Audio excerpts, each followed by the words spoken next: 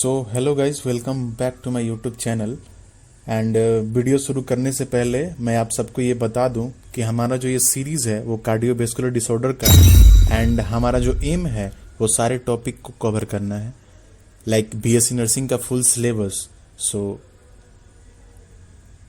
Learn the topic and let get start. So okay, आज हम cover करने जा रहे हैं हमारे एथेरोस्क्लेरोसिस टॉपिक को। So here is a detailed full video. आप वीडियो को स्किप ना करें ताकि आप सारी चीजें समझ सकें। एथेरोस्क्लेरोसिस होता क्या है? What is atherosclerosis? एथेरोस्क्लेरोसिस ये होता है आर्टरीज में जो प्लग्स और जो फैटी प्लग्स जो आर्टरीज में बिल्डअप हो जाते हैं, एक्यूमुलेट हो जाते हैं, उसी को बोलते हैं हम लोग एथेरोस्क्लेरोसिस। एथेरोस्क्लेरोसिस को हम उसको क्योर नहीं करते हैं, उसको ट्रीट नहीं करते हैं, तो उसके चलते बहुत सारी चीज कॉम्प्लिकेशंस ओकर हो सकता है। तो फर्स्ट जो है हमारा कॉम्प्लिकेशंस कि कोरोनरी आर्टरी डिजीज हो सकता है। कोरोनरी आर्टरी डिजीज हो सकती है लाइक मायोकार्डियल इन्फेक्शन, इस्केमिया और बहुत सारी चीजें हो सकती हैं। दूसरा जो कॉम्प्लिकेशन है हमारा वो सेरिब्रोवैस्कुलर डिजीज है, जो हो सकता है stroke, aneurysm, carotid artery disease. And third जो कॉम्प्लिकेशन है वो पेरिफेरल वेस्कुलर डिजीज और क्रैम्पिंग होना लेग में, हमारे पैर में पैर दुखना और क्रैम्प होना। उसके बाद हमारे फीट और टोज में पेन होना। सो हम एथेरोस्क्लेरोसिस का एक डिफिनीशन बता सकते हैं कि atherosclerosis is a condition where the arteries become hardened and narrowed due to the accumulation of plugs. अब हम लोग ये जानेंगे कि ये किन किन कारणों के चलते ये ऑकर होता है, ये क्यों होता है भाई, क्यों होता है, what is the reason, what is the cause, क्यों होता है। तो फर्स्ट हमारा जो कॉज है वो हाइपरलिपिडीमिया है। सो हमारा दूसरा है हाइपरटेंशन। हाइपरटेंशन एक बहुत इंपॉर्टेंट इटियोलॉजी है, ठीक है। जो थर्ड है वो हमारा स्मोकिंग है, ठीक है। उसके बाद जो फोर्थ है वो डायबिटीज मेलाइटस है, सीडेंटरी लाइफ स्टाइल है एंड पुअर। उसके बाद ओबेसिटी और है जीनेटिक। सो ओके, कहीं ना कहीं एज भी है जो रिस्क फैक्टर है एथेरोस्क्लेरोसिस होने का। पैथोफिजियोलॉजी देख लेते हैं एथेरोस्क्लेरोसिस का। जो एंडोथेलियल इंजरी है, जैसे मान लो कि ड्यू टू इटियोलॉजिकल फैक्टर, जैसे कि हाइपरटेंशन हो गया, इटियोलॉजी किसी कारणवश से अगर हो रहा है, हाइपरटेंशन मान लो ओकर हुआ किसी में, ज्यादातर हाइपरटेंशन हो रहा है, ठीक है। तो जो ब्लड का फ्लो है वो बहुत स्पीड से हो रहा है, ठीक है, वेसल्स में। तो जो चांसेस हैं वेसल्स को डैमेज होने का वो हाई है, और कहीं ना कहीं डैमेज हो भी जाता है। तो जब डैमेज होता है तो वेसल्स के ऊपर जो हमारी इंडोथेलियल टिश्यूज एंड सेल्स जो होती हैं वहां पे वो रैप्चर हो जाती है, वहां पे वो इंजरी हो जाती है उनमें। सो उनके चलते फिर क्या होता है, वहां पे जो फैटी स्ट्रीक फॉर्मेशन होने लगते हैं, जैसे प्लग्स वहां पे एक्यूमुलेट धीरे धीरे करते करते करते करते करते करते प्लग ज्यादा अमाउंट में बन जाता है।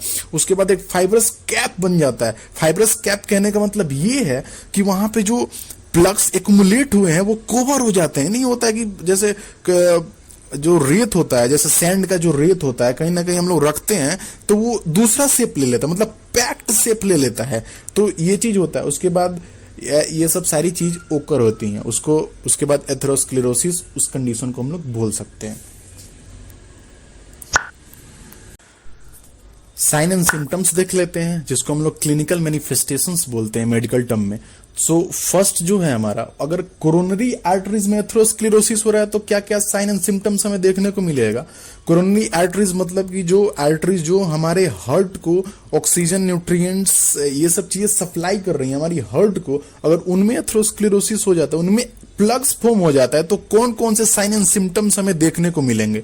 सो फर्स्ट हमारा है वो chest pain, that is known as angina.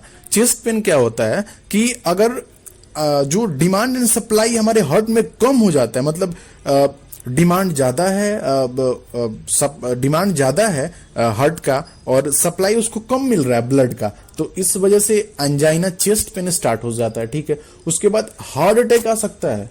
उसके बाद शॉर्टनेस ऑफ ब्रीथ हो सकता है, dyspnoea, that is known as dyspnoea. उसके बाद अगर कैरोटिड आर्टरीज में अगर एथेरोस्क्लेरोसिस हो रहा है तब कैसा होगा, क्या होगा।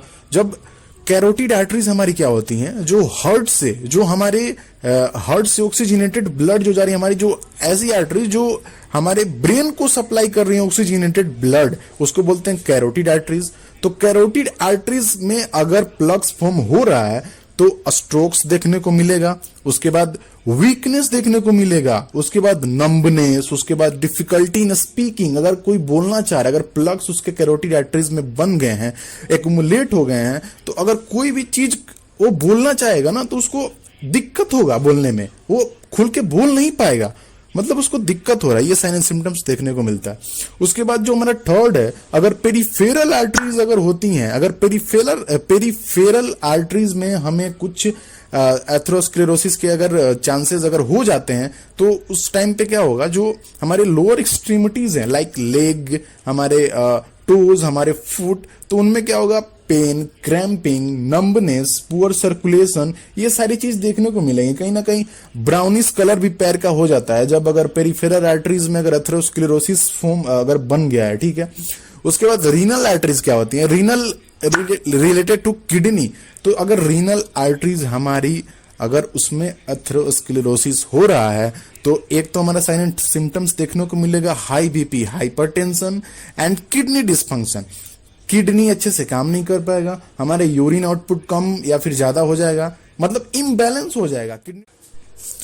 अगर इस डिजीज को आइडेंटिफाई करना है, जैसे एथेरोस्क्लेरोसिस के हमने साइन एंड सिम्टम्स देख लिए, अब कौन कौन से हम टेस्ट करेंगे ताकि हमें पता चल जाए कि उस पेशेंट को या फिर उस इंडिविजुअल को एथेरोस्क्लेरोसिस है, ठीक है। सबसे पहले हम लोग फिजिकल एग्जामिनेशन करेंगे। फिजिकल एग्जामिनेशन में हम लोग क्या करेंगे, उनका जो पल्स है वो चेक करेंगे। अगर वो एबनॉर्मल हुआ, एबनॉर्मल पल्स हो गया, और फिर जो ब्रूट्स हो गए, जैसे कि अगर हम लोग स्टेथोस्कोप लगा के उनके आर्टरीज का साउंड सुनते हैं, अगर वो ब्रूट्स आया, जैसे नॉर्मल आर्टरीज का जो ब्लड फ्लो हो रहा है उसका साउंड अलग हो जाएगा, बट अगर एबनॉर्मल होगा साउंड, अगर एबनॉर्मल साउंड अकर हो रहा है, अगर तुम्हें हियर हो रहा है स्टेथोस्कोप के द्वारा, देन इट इज कहीं ना कहीं एथेरोस्क्लेरोसिस ओकर हुआ है, ठीक है। उसके बाद हम लोग ब्लड टेस्ट करेंगे, बहुत इंपॉर्टेंट है ये। ब्लड टेस्ट इसलिए करेंगे ताकि उसके ब्लड में कितना कोलेस्ट्रॉल है, कितना ट्राइग्लिसराइड है, कितने मतलब कोलेस्ट्रॉल का जो mg पर डीएल है वो कितना क्वांटिटी है, कितना अमाउंट में है, ये चीज हमें थोड़ा सा ब्लड टेस्ट करके पता लगाएंगे। सो हाई कोलेस्ट्रॉल कब होता है, जब 200 mg पर डीएल के एबव चला जाए, जैसे 200 mg पर डीएल टू 240 mg पर डीएल, जो ये होता है ये मतलब बॉर्डर लाइन होता है। अगर 240 के पार चला गया, 240 mg पर डीएल से भी इंक्रीज हो गया, देन काफी दिक्कत हो सकता है, काफी कॉम्प्लिकेशन हो सकता है। अगर किसी का कोलेस्ट्रॉल कहीं ना कहीं हाई रहता है तो वो ज्यादातर उनको हाइपरटेंशन होता है, हाई बीपी रहती है, और हाई बीपी इसलिए रहती है क्योंकि एथेरोस्क्लेरोसिस कहीं ना कहीं उनके वेसल्स में, उनके आर्टरीज में फॉर्म हो गए होते हैं, ठीक है। अब हम और क्या टेस्ट कर सकते हैं, ईसीजी कर सकते हैं ताकि इवेल्युएट हार्ट फंक्शन। ईसीजी हमारा क्या बताता है, हार्ट का रिदम बताता है। रिदम कहने का मतलब कि contractibility and contraction and relaxation, मतलब ईसीजी ये जो रिदम है हमारा, रिदम बताता है ईसीजी। और रिदम कहने का मतलब ये है कि जो कॉन्ट्रैक्शन और रिलैक्सेशन है वो कहीं ना कहीं सेम है कि नहीं है, मतलब कॉन्ट्रैक्ट हुआ, रिलैक्स हुआ, कॉन्ट्रैक्ट हुआ, रिलैक्स हुआ। कहीं ऐसा तो नहीं है ना कि कॉन्ट्रैक्शन एंड रिलैक्सेशन, कॉन्ट्रैक्ट बहुत ज्यादा हो गया फिर रिलैक्स भी बहुत ज्यादा हो गया, तो कहीं ना कहीं रिदम तो नहीं ना बिगड़ रहा है। तो ईसीजी इसीलिए हम लोग करते हैं, चेक करते हैं। और चौथा जो है, हम लोग इमेजिंग टेस्ट करते हैं, जैसे जो हमारे डिजिटल मशीन्स आ गए हैं, जैसे पहले भी थे बट अब और भी ज्यादा मॉडिफाई करके चीजें आ गई हैं, ठीक है। तो अल्ट्रासाउंड हम लोग करते हैं कि अल्ट्रासाउंड में वो सारी विजुअलाइज इमेजिंग टेस्ट होती है ना, तो वहाँ पे जो हमारे सारे ब्लड वेसल्स हैं, हमारे आर्टरीज है, सब कुछ विजिबल दिखाई देता है, ठीक है। तो वहाँ से कहीं ना कहीं ब्लॉकेज पता चल जाएगा, वहाँ से कहीं ना कहीं प्लग्स पता चल जाएगा हमें, ठीक है। और दूसरा जो हम लोग टेस्ट, इमेजिंग टेस्ट कर सकते हैं, वो सीटी एंजियोग्राफी और एमआरआई। सीटी स्कैन कहने का मतलब, सीटी एंजियोग्राफी कहने का मतलब ये है कंप्यूटेड टोमोग्राफी। कंप्यूटेड टोमोग्राफी और एमआरआई जो मैग्नेटिक रिजोनेंस इमेजिंग ये टेस्ट हैं, इनके द्वारा ये पता चलता है जो नैरोइंग आर्टरी है या नहीं है। विजुअलाइज करने के लिए हम लोग टेस्ट ये करते हैं, क्लियर हो जाता है। देखो ये दोनों सेम है, एक और है, और 3 होते हैं, मतलब इमेजिंग टेस्ट जनरली 3 होते हैं। या फिर डॉक्टर अल्ट्रासाउंड बोलेगा करने के लिए, या फिर सीटी एंजियोग्राफी, एमआरआई, या फिर चौथा जो है कोरोनरी एंजियोग्राफी करने के लिए बोलेगा, ठीक है। ये तीनों इमेजिंग टेस्ट में ही आते हैं। तो मोस्टली जो हमारे यहाँ होता है वो अल्ट्रासाउंड या फिर सीटी एंजियोग्राफी करते हैं, ठीक है। तो इससे हमें ब्लड वेसल्स का नैरोइंग है कि नहीं है, कि नॉर्मल है, ये पता चल जाता है। और कोरोनरी एंजियोग्राफी इसलिए करते हैं कि जो ज्यादा जैसे नहीं होता है कि सीटी स्कैन से पता नहीं चल रहा है, तो कोरोनरी एंजियोग्राफी टेस्ट करते हैं हम लोग कि पता चल जाए। इन्वेसिव टेस्ट है ये कि कहीं ना कहीं ब्लॉकेज तो नहीं है ना। जब सीटी एंजियोग्राफी में पकड़ नहीं आता है कि ब्लॉकेज पता नहीं चलता, विजुअलाइज नहीं हो पाता है, तो लास्ट है कोरोनरी एंजियोग्राफी करना पड़ता है। वहां पे वो प्रॉपर तरीके से विजुअलाइज हो जाता है कि ब्लॉकेज है कि नहीं है।